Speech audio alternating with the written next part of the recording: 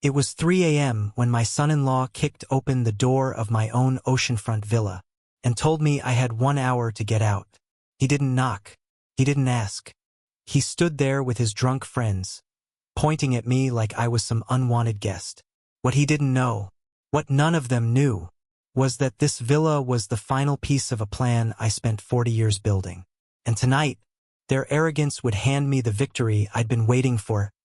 If you've ever been disrespected by someone who thought they owned you, if you've ever quietly waited for karma to arrive, hit that like button and subscribe to Betrayed Narratives, where the loud get humbled, the cruel get exposed, and justice always finds its way home.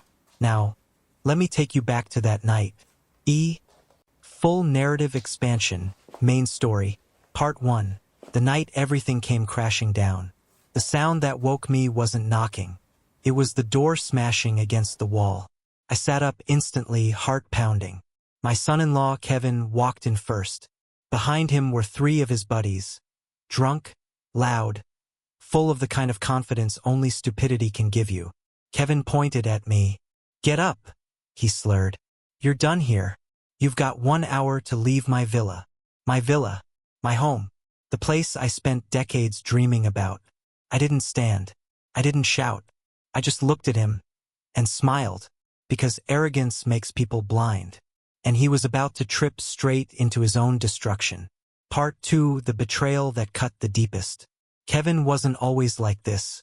When he first met my daughter, Mia, he seemed decent, polite, ambitious, respectful. But people can wear masks for years. And Mia, she always believed the best in everyone. What she didn't know was that Kevin had been slowly turning her against me. Little comments, small lies, suggesting I was old-fashioned, controlling, irrelevant. And eventually, she stopped visiting, stopped calling, stopped being my daughter.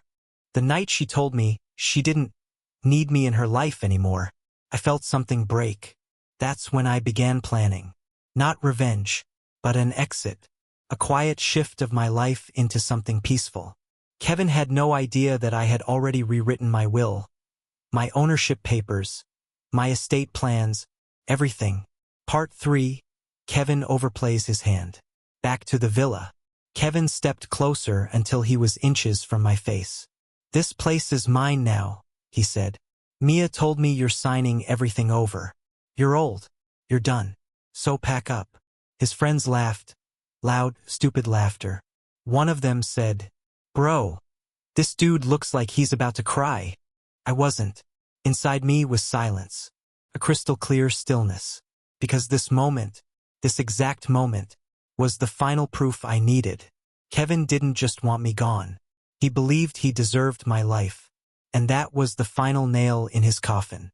Part 4, the keys that changed everything. I reached slowly into the nightstand. Kevin tensed. But all I pulled out was a small leather box containing a single item, the keys to the villa. Kevin grinned. "Finally," he said, "you're handing them over." I didn't stand. I didn't argue. I just held the keys in my hand and whispered, "You have no idea what these really mean." His smile faltered, because these keys weren't just metal. They were a symbol of 40 years of sacrifice, 3 failed businesses, sleeping in my car, working double shifts, missing birthdays, missing anniversaries. Everything I built, every drop of sweat, every scar, it all pointed to this place, this villa, my final dream. And tonight, Kevin thought he could just take it? He had no idea the storm he was walking into. Part 5, the truth he never saw coming. Kevin snapped his fingers at me. "Give me the keys. Now." I stood slowly, calm, steady, and walked toward him. His friends formed a line behind him, trying to look intimidating. But they weren't scary. They were pathetic. When I reached Kevin, I placed the keys in his hand, then leaned in until my lips were near his ear. "Check the name on the deed first." I stepped back. His smirk faded. "What? The deed?" I repeated. "Check whose name is legally registered. Go on, tough guy." He looked at his friend, confused. I thought," Mia said. "You assumed," I said softly. And assumptions are expensive. Part 6, The Moment of Collapse. Kevin pulled out his phone, fingers trembling slightly. He opened the county registry website, typed in the villa address, and then, his face drained white. His eyes widened. He swallowed hard. No, no. This can't be right. His friends leaned in. What does it say, Kevin? He didn't answer. So I did. It says, I said calmly, that I transferred this villa into a private trust. 3 months before Mia even met you. Kevin looked up at me in horror. And do you want to guess, I continued, who the trust legally locked out? Silence. I stepped closer. You.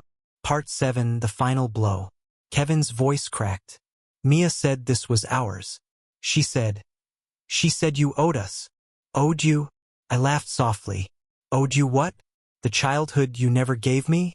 The respect you never showed? The home you never built? His jaw tightened. I leaned closer. This is my villa, my property, my life's work. And tonight, I whispered, you broke into it. He froze. The realization hit him like a truck. Kevin, I said, do you know what that is? What? Illegal entry, criminal trespass, forced intimidation. His friends took a slow step back. I smiled coldly. But don't worry, I won't call the police. Relief washed over his face. Yet, his relief vanished. Part 8, Watching them break. I stepped aside and gestured toward the door. You have 3 minutes to leave this villa, and you will never step foot here again. Kevin stuttered. Mia will. She'll side with me, she already did, I said softly. And that's the saddest part of all. The room went silent. For the first time, Kevin looked genuinely afraid. Then slowly, they left. No insults. No bravado. No threats. Just silence. And fear. I watched from the doorway as their car disappeared into the night. And for the first time in years, I felt victorious. Not because I destroyed them, but because I didn't have to. They destroyed themselves. F. Climactic Revenge Payoff. 1-2 Min.